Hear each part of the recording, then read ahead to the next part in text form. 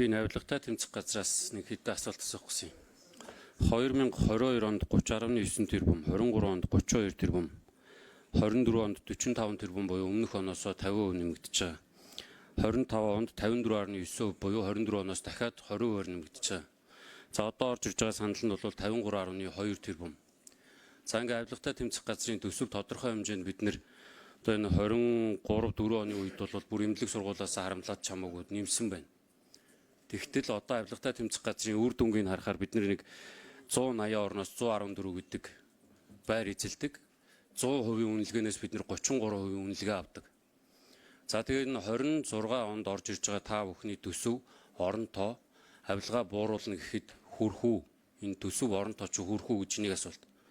За хоёрдугаарт нь болохоор одоо яг энэ бодит жишээнүүд байгаа. Бид нар нэг электрон улс болсон, ийм Монгол болсон зөвшөөрлүүдийг онлайнаар өгөөд энэ хувийн хвшлийг дэмжиж байгаа гэж яриад байгаа. Гэтэл яг над дээр байгаа хоёр жишээ нь нэг нь шүдний эмнэлэг 6 сард хүсэлтээ өгсөн. Тэр нийслэлийн эрүүл мэндийн газар шийдт юм шиг байна. Яг өөрсдийнх нь тэр нөгөө програм дээр харахаар төлөв нь шийдэгдээд татгалзсан хариу өгсөн гэдэг нөгөө хувийн шүдний эмнэлэг хариу авъя гэхээр судлагдж байгаа гэж харагдаад байгаад идэг.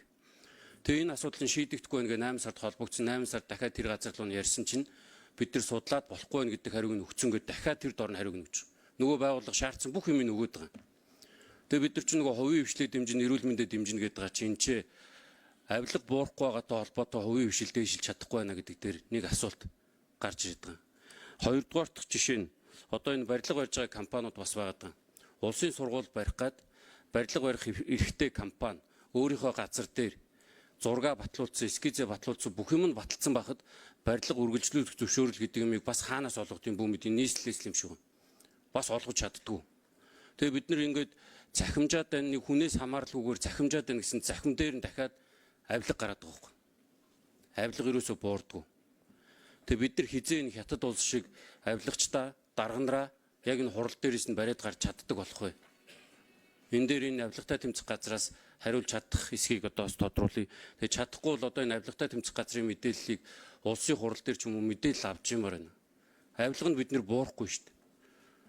Дарга дагсан авилга тэр чигээрээ яваад байна. Энэ чинь одоо бид нар ингээд нэг төсөв тийм баян улс юм одоо энэ дунджаар бид нар авилгатай тэмцэх газарт бол жид 50 тэрбум төгрөг өгч шүү дээ. Авилга буурдаг.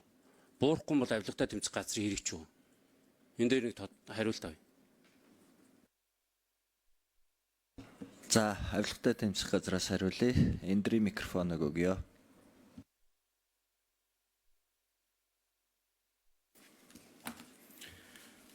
За, эрхчлэлийн баталгагаар одоо төсвийн төсөл бол авилгатай тэмцэх газрын хуулиар үйлдэлсэн чиг үүргийг бүрэн хэрэгжүүлэхэд хүрэлцэхгүй гэж байна. Энэ зарим нэг талаараа бас дутагдaltaй байгаа.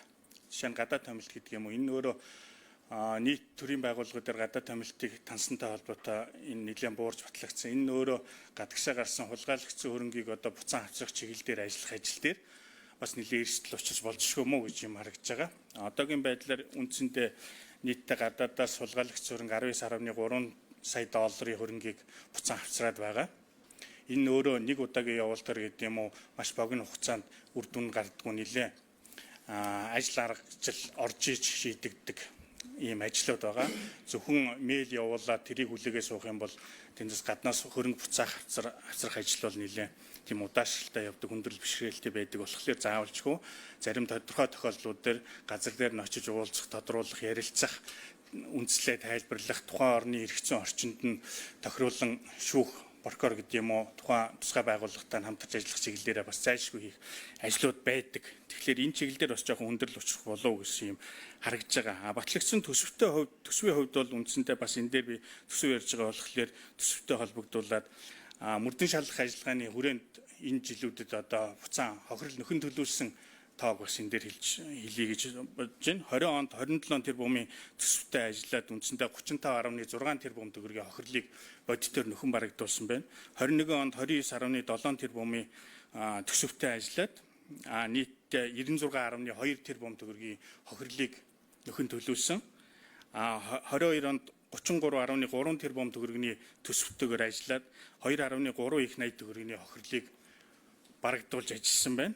Мөн 23 онд 33.1 тэрбум төгрөгийн төсөвтэй ажиллаад 238.7 тэрбум төгрөгийн хохирлыг бодитоор төрийн сан төвлөрүүлж барагдуулж ажилласан байна. 24 онд 48 тэрбум төгрөгийн төсөвтэй ажиллаад үндсэндээ 240 тэрбум төгрөгийг хохирлыг бодтойгоор нөхөн төлөвлөж ажилласан байгаамаа. Гэтэ авилгатай тэмцэх газар бол аж ахуйн тооцоод үйл ажиллагаа явуулдаг байгууллага биш. Гэхдээ улсын төсвийг тодорхой хэмжээнд зарцуулж байгаагийн хувьд үнийг аль ашигтай бодиттой бас нэг үр дүнтэй байх чиглэл дээр нь юун дээр анхаарч ажиллана гэдэг л авилгын улмаас зөрчигдсөн тэр эрхийг хохирсон хохирлыг нөхөн төлөвлөх чиглэл дээр нэлээ анхаарч ажилласны үр дүнд энэ батлагдсан төсвөөс 3-4 дахин гэдэг юм уу нуглагдсан энэ хохирлыг бодитоор нь барагдуулж ажилласан.